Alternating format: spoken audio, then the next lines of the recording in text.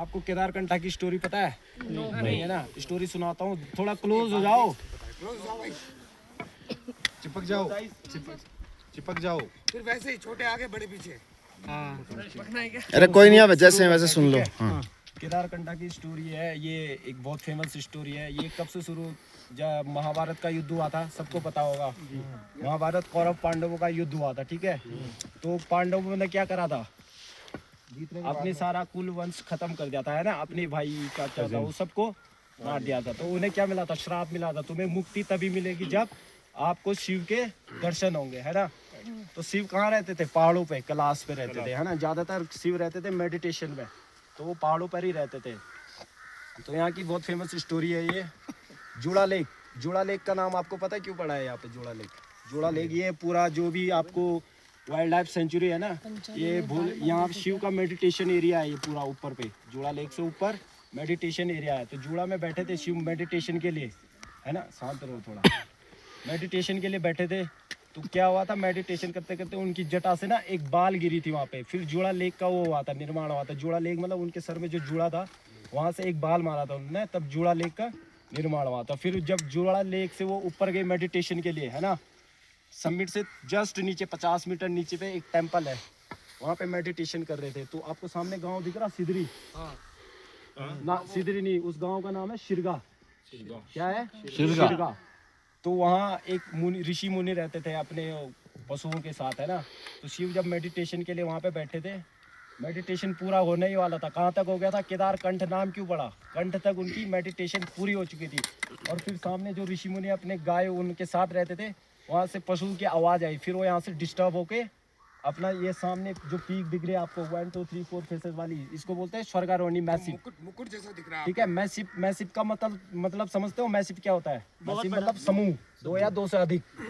दिख रहा सामने वो स्वर्गारोहणी है। लास्ट जो आपको दिख रही है ना, सबसे बड़ी पीक, वो स्वर्गारोहणी है, मुकुट जैसी। ठीक है। तो शिव वहाँ से डिस्टर्ब होके इस रास्ते कहाँ चले गए? केदारनाथ। केदारनाथ गए वो किसके रूप में? नंदी, ठीक है। केदारनाथ में बहुत सारे पशु रहते थे, झुंड रहता था वहाँ पे ना। तो यहाँ से गए, फिर उसने कहा, शिव ने, उनको पता लग गया था पांडवों को कि शिव हमसे दूर भाग रहे हैं, है ना। तो शिव यहाँ से चले गए केदारनाथ, किसके रूप में गए? नंदी के रूप में। तो केदारनाथ में वो पशु के झुंड में घुस गए। तो ये बात किसको पता लग गई? भीम को। भीम बहुत चतुर भी था, बलशाली भी था। भीम को ये बात पता लग गई कि शिव हमसे दूर भाग रहे हैं और वो कहीं इन्हीं पशुओं के झुंड में है। तो भीम ने क्या करा, अपना विकराल रूप लिया। एक टांग इस पहाड़ी पे, दूसरी टांग दूसरी पहाड़ी पे। जो और पशु थे वो तो सब निकल गए बीच से, है ना। शिव है, शिव कभी चरोड़ों के बीच से कहीं के नहीं गुजरते हैं ना। तो शिव वहाँ से साइड से जा रहे थे, कोने से। तो भीम ने क्या करा, विकराल रूप लिया था। भीम ने ऐसे दबोचा शिव को, समझ गया है ना। गर्भ के हिस्से से। तो केदारनाथ में किसकी पूजा होती है? जो गर्भगृह पीछे की हिस्सा की कट। जैसे उन्होंने शिव को दबोचा तो शिव वहीं से अंडरग्राउंड पूरा अंतर ध्यान हो गए, वहीं से दर्शन नहीं मिले उनको, है ना। तो मुख कहाँ निकलता उसका? पशुपतिनाथ, है ना, नेपाल में। मुख की पूजा कहाँ होती है? पशुपतिनाथ में, है ना। और जो पीठ का हिस्सा है उसका कहाँ होती है पूजा? केदारनाथ में। जो आप केदारनाथ पीक देखते हो ना, वो भी सेम पीछे कर्व के हिस्से की तरह है। जो अंदर गर्भगृह है वो भी सेम है ना। इसके अलावा एक मिनट, इसके अलावा पंचकेदार जो मंदिर समूह आपने सुने होंगे, जब महादेव धसने लगे और जो कुबड़ था भीम ने पकड़ा हुआ था, भीम तो बलशाली, छोड़ा नहीं उसने। तो जो कुबड़ का जो भाग है, पार्श्व भाग कहते हैं, उसकी पूजा होती है आपका केदारनाथ में। और जो अग्र भाग है, जो मस्तक का भाग है, वहाँ उसकी पूजा होती है आपकी पशुपतिनाथ में। फिर वो निकले मधमहेश्वर, नाभि का भाग। नाभि जो होती है, महादेव की जो नाभि है वो मधमहेश्वर में है, द्वितीय केदार कहलाए जाते हैं। और जैसे हमारी कामाख्या माता है, वहाँ शिव की योनि है, वहाँ माता पार्वती की योनि है, वहाँ मतलब जैसे तंत्र मंत्र साधना पूजा ये किया जाता है। तो मधमहेश्वर उसके लिए सटीक जगह है, वहाँ शिव के नाभि भाग है। तो इसके बाद तुंगनाथ में उनका हृदय और भुजाएं निकली, जो सबसे हाईएस्ट शिवा टेम्पल माना जाता है। और रुद्रनाथ में उनका मुख निकला। देखो शिव चालीसा में आपने एक लाइन सुनी होगी, सुनाता हूँ आपको भी। एकानंद चतुरानंद पंचानंद साजे। तो एकानंद महादेव के केवल एक मुख, क्योंकि आप देखते होंगे कालेश्वर उनके मुख बनाए जाते हैं वहाँ, लेकिन आप रुद्रनाथ जाएं तो साक्षात उनके मुख आपको वहाँ उसके दर्शन होंगे, वो एकानंद है। तो चतुरानंद हमारे पशुपतिनाथ जी हैं।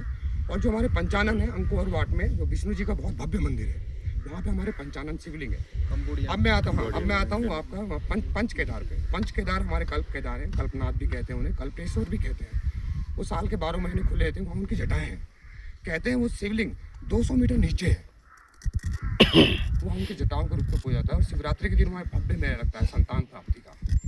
और कल्पेश्वर इसलिए उनको कहा जाता है कि हम कहीं जाते हैं, प्रार्थना करते हैं, अर्चना करते हैं, कुछ मांगते हैं, तो वहाँ कल्पना मात्र से आपका इच्छा की पूर्ति हो जाती है। David continue. ओके, तो मैं आपको कुछ बता रहा था यहाँ से सामने की ना, है ना, जो आपको सामने गांव दिख रहा है, क्या बोला था मैंने, शिरगा है ना। फिर लोकेशन बता देता हूँ। जो आपको सामने गांव दिख रहा है, एक सामने है ना, वो गांव है डाटमेर। फिर वहाँ से आगे जाके आपको लेफ्ट साइड में एक लास्ट विलेज दिख रहा होगा, है ना, वो है ओसला विलेज। ओसला वहाँ से हर की दून ट्रैक शुरू होता है ना, जो लास्ट हर की दून वैली है वो वाली। बाकी आपका पीक सेशन ऊपर समिट पे होगा, सारी पीक बताएंगे आपको, ठीक है। करें मूव। सब लोगों के अंदर जोश है। भारत माता की जय, भारत माता की जय, भारत की जय।